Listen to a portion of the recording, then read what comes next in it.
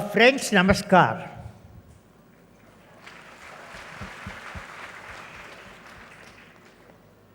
You know, Ayurvedam is a great field. And today I'm going to talk to you something very important message for Ayurveda College of India, particularly Kerala. I want to convey in my lecture. You know, whenever we see the light, see up, the light is burning, bulb is burning. Whom do you remember? Whom do you remember? One person we remember when you see the light and bulb. Who is that? Loudly speak. Correct. Thomas? Yeah, when the telephone bell rings. Alexander? That Alexander Graham Bell. Okay, so remember him. When you say Ayurvedam, today living great personality is there. Can you remember that? In Kerala. Speak. Who is that great personality in Ayurvedam in Kerala? Living personality. P.K. Warrior. Yesterday I gave lifetime award for him on behalf of foundation. So, friends, when you get a degree and when you go out of the campus, I got my degree in 1954, before you all born. 54. And 57 I got a diploma in aeronautical engineering. Whenever I get a degree or diploma, a question always raised. What I will be? All of you who are graduating today, you must answer that question, what I will be. In 10 years' time, how you become a unique personality. You must dream to be a unique. Today, unique person we remember, Thomas Alva Edison. Unique person we remember when the telephone bell rings, Alexander Graham Bell. Unique person we remember in Ayurvedam, P.K. Warrior. So friends, I want young people, particularly graduating students today, all the students of Ayurvedam, you have a great responsibility. I am going to talk what is the importance of Ayurvedam today. Dear graduating students, greetings to all of you. When I see you all, I am asking myself, apart from graduation with a degree, what the unique contribution you can do to the society? Remember that question? What the unique contribution you can do to the society? It may be Kerala society or any Indian society. Remember today, one of the biggest challenges is going to be for medical community. Today, antibiotics treatments are becoming throughout the world ineffective over a period of time due to continuous usage. Antibiotics, the tablets. Millions of tablets was consumed for antibiotics throughout the world. But as an Ayurvedic graduate, Ayurvedic expert, Ayurvedic researchers, what is the great mission in front of each and every one of you? Yes, through Ayurvedic medicine and practice, food and lifestyle practice can be increase the immunity power of human body naturally apart from Ayurveda treatments.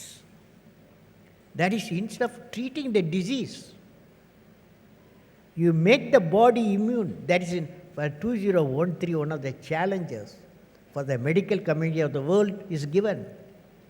How do you make your body immune to the diseases?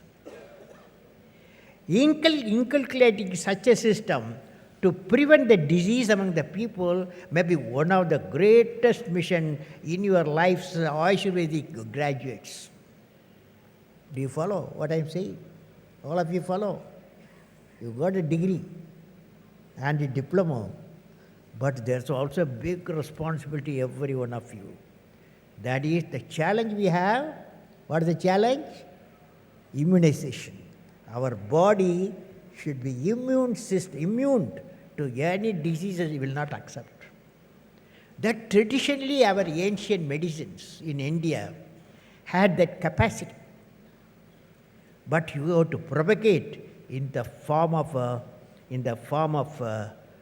various type of treatment, experience what Kerala Ayurveda has got. Now my greetings to all the graduates today.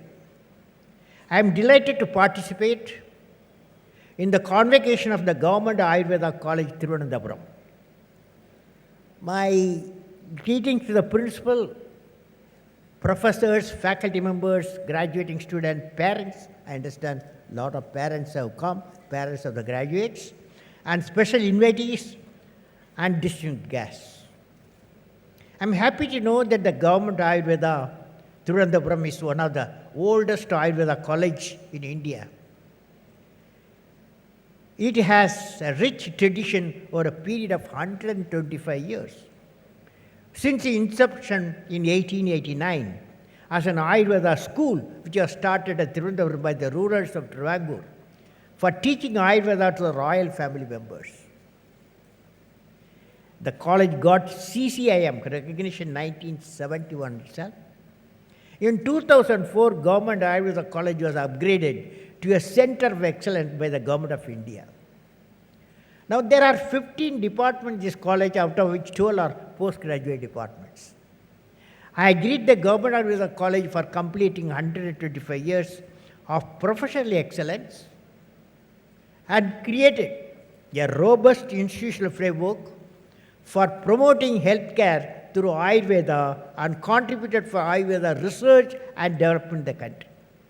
According to me, when you are entering 125 years your college, one of the greatest mission will be how do you make human body immune to the system by proper lifestyle, by proper Ayurvedic medicines.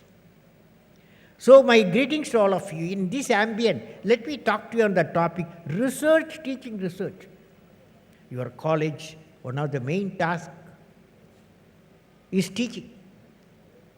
You have to prepare your student by teaching. But teaching does not come. Perfectly does not come. I am a teacher. Unless you do the research. Unless you do the research, your teaching will not have perfection. Every teacher in the Government College of Ayurveda become a researcher. I hope so. You will do that. Dear friends, yesterday I have attended, yesterday night, a beautiful function I attended. Our Honorable Minister was there. Attended a function at Cochin and presented the first NKP Ayur Samman Lifetime Achievement Award to Dr. P.K. Varia, the Chief Physician and Managing Trustee of Arya Vaidyasala, Kotak. This award was instituted by the NKP Vaidyar Foundation, Cochin. From this function, I could see the friends, Kerala gave it to the world, two unique personalities of high caliber in Ayurvedic research to promote Ayurveda across the world. As you all know, late N.K. Padmanabhan Vaidyar, who dreamt an India free of liver diseases and envisioned a liver specialty clinics across the world.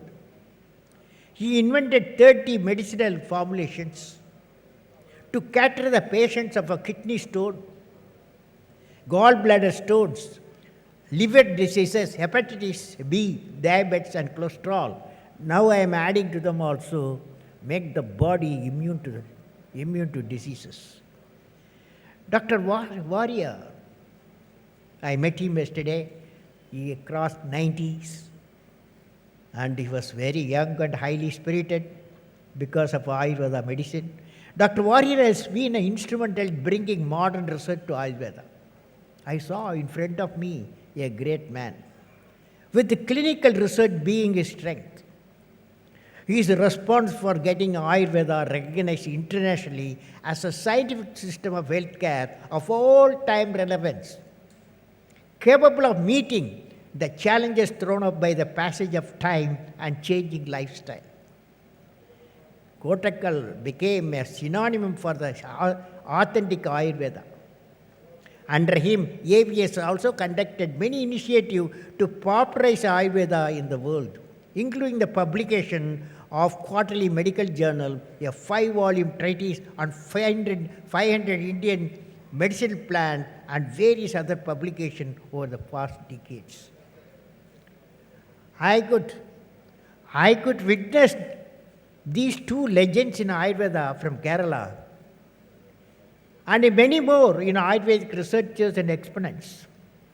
They have created their own contribution to popularize Ayurveda, enriched research, and transformed Ayurveda into clinical research, resulting into a scientific system of treatment for prevention and cure.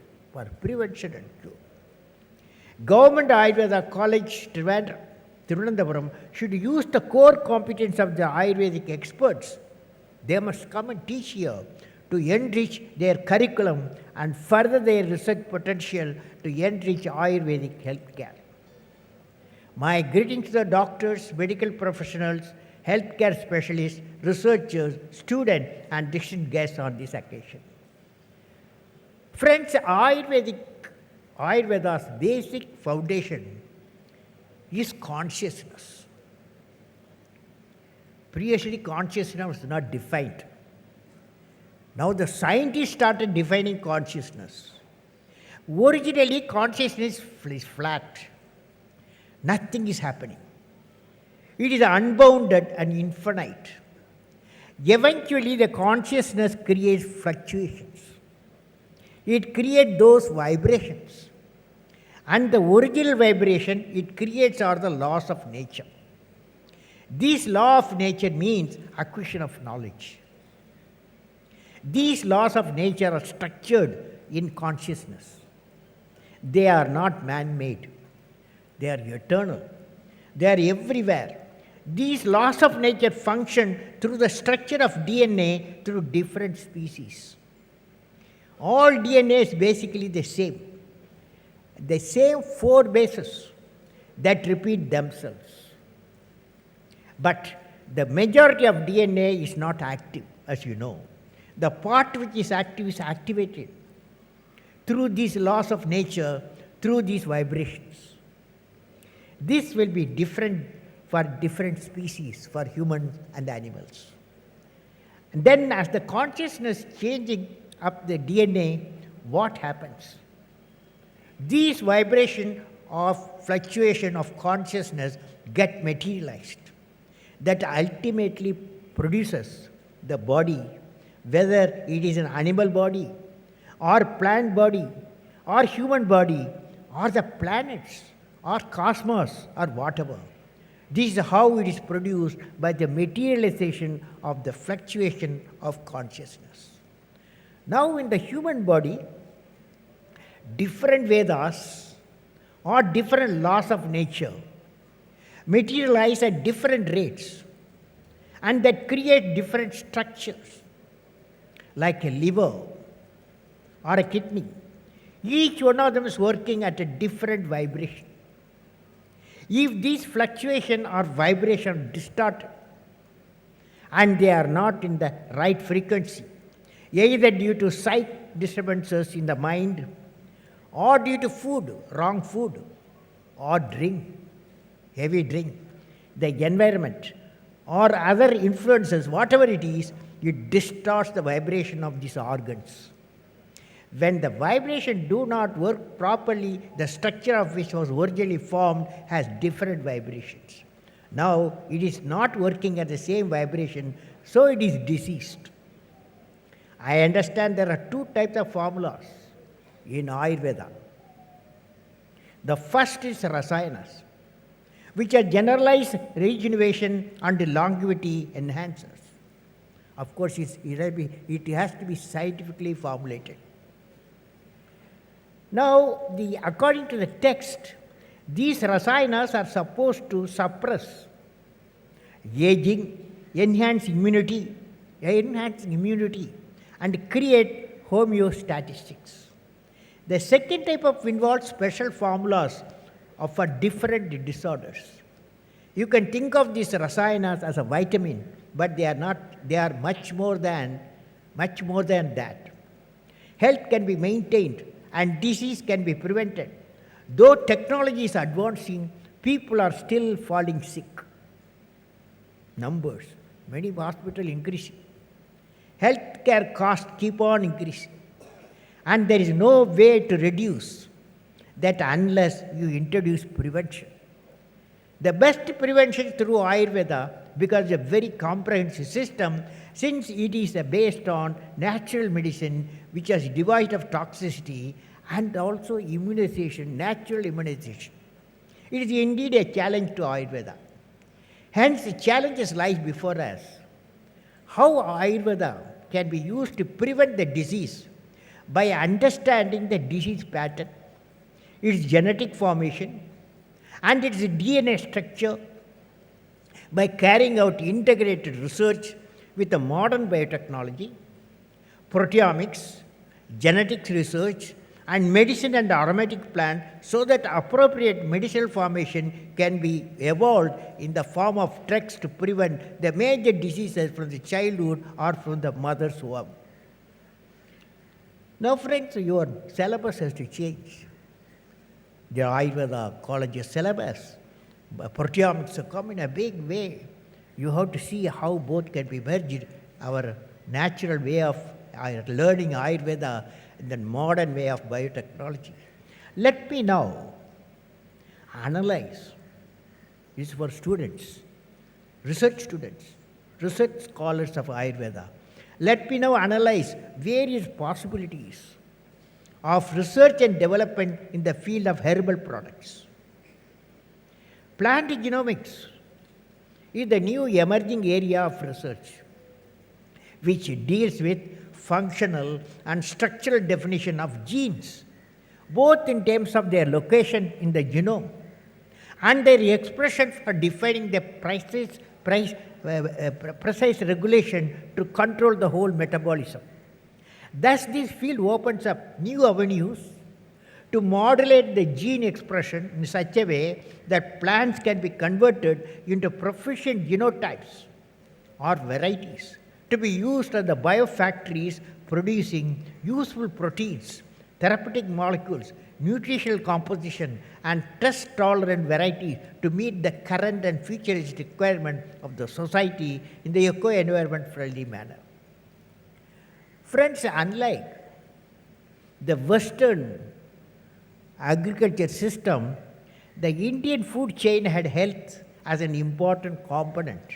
In herbal medicine like turmeric, neem, pepper, garlic, and other things.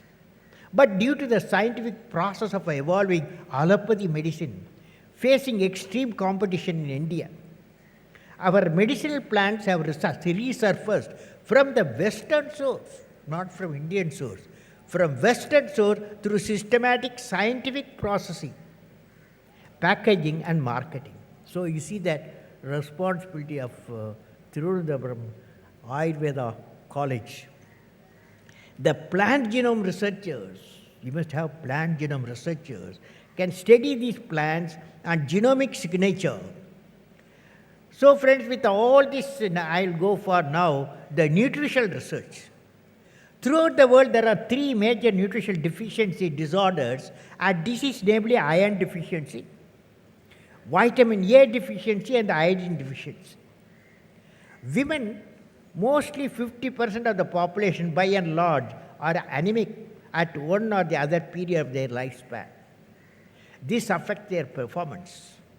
The third major problem is iodine deficiency leading to thyroid, etc. There is a need to overcome these deficiencies by developing nutrient-rich crops, vegetables and fruits using the knowledge of plant biotechnology. There only science come in a big way, modern science.